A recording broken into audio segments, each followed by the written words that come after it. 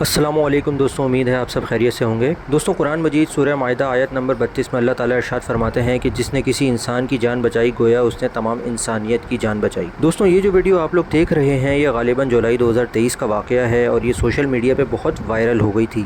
یہ بارشوں کے دنوں کی ویڈیو ہے اور شاید رحیم یار خان کی کسی ایریا کی ہے جہاں ایک بچہ دکان کی طرف آ رہا تھا اور اس کو پانی میں کرنٹ لگ گیا۔ دکان میں موجود کچھ لوگوں میں سے ایک نے آگے بڑھ کر اس بچے کی جان بچانے کی کوشش کری اور اس میں کامیاب رہا۔ دوستوں، اس طرح کی ویڈیوز آپ لوگ اکثر دیکھتے ہوں گے کہ اللہ تعالیٰ کسی نہ کسی کو ذریعہ بناتا ہے اور لوگ جان بچانے میں کامیاب ہو جاتے ہیں۔ جیسا کہ آپ جانتے ہیں کہ ہم اس طرح کی ویڈیو میں کوئی نہ کوئی پیغام دینا چاہتے ہیں اور اس ویڈیو میں بھی ہمارا مقصد ایک ایسے مسئلے کی طرف روشنی ڈالنا ہے جو نظر انداز کیا گیا یا اس پہ لوگوں نے باتیں بنائی۔ تو جیسا کہ دکان میں آپ کو تقریباً 3 لوگ نظر آ رہے ہیں اور صرف ایک نے آگے بڑھ کے مدد کری، جس کے لیے ہزاروں لوگوں نے سوشل میڈیا پہ نیک تمناؤں کا اظہار کیا، مگر ساتھ ہی چند لوگ ایسے تھے جنہوں نے باقی 2 لوگوں پہ طنز کیا کہ ان دونوں لوگوں کو بھی آگے بڑھنا چاہیے تھا اور عقل سے کام لینا چاہیے تھا یا یہ لوگ بے حس ہیں۔ ہماری ویڈیو کا مقصد ہے اس ہی ٹاپک کے اوپر روشنی ڈالنا ہے۔ تو سب سے پہلے تو ہمیں یہ سمجھنا چاہیے کہ ہر کام کرنے کا ایک طریقہ ہوتا ہے اور خاص طور پہ اگر کسی کی جان بچانی ہے تو اس کے لیے بہت ہمت کے ساتھ ساتھ جان بچانے کا طریقہ بھی آنا چاہیے۔ آپ نے ویڈیو میں دیکھا کہ جس کرنٹ والے بچے کو جس شخص نے بچایا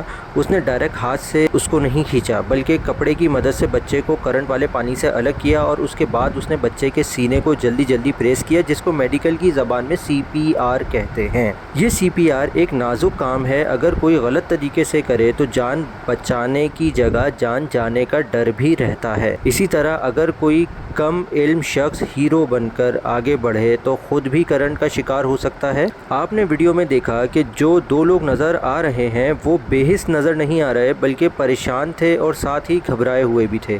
دوستوں، ہماری نظر میں انہوں نے آگے نہ بڑھ کر بہتر کیا، کیونکہ گھبراہٹ کے عالم میں یہ فائدہ دینے کے بجائے بچے کو مزید نقصان پہنچا سکتے تھے یا خود کو نقصان پہنچا سکتے تھے، خود کرنٹ والے پانی کا شکار ہو سکتے تھے۔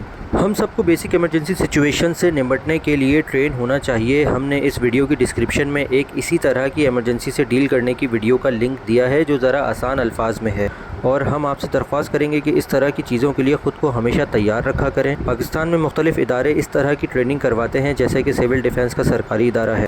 ہم امید کرتے ہیں کہ آپ بھی اس طرح کی ٹریننگ حاصل کریں گے، کسی انسان کی مصیبت میں جان بچانے کا کردار ادا کریں گے اور پوری انسانیت کی جان بچانے کا اعزاز حاصل کریں گے۔ بہت شکریہ، والسلام علیکم ورحمۃ اللہ وبرکاتہ۔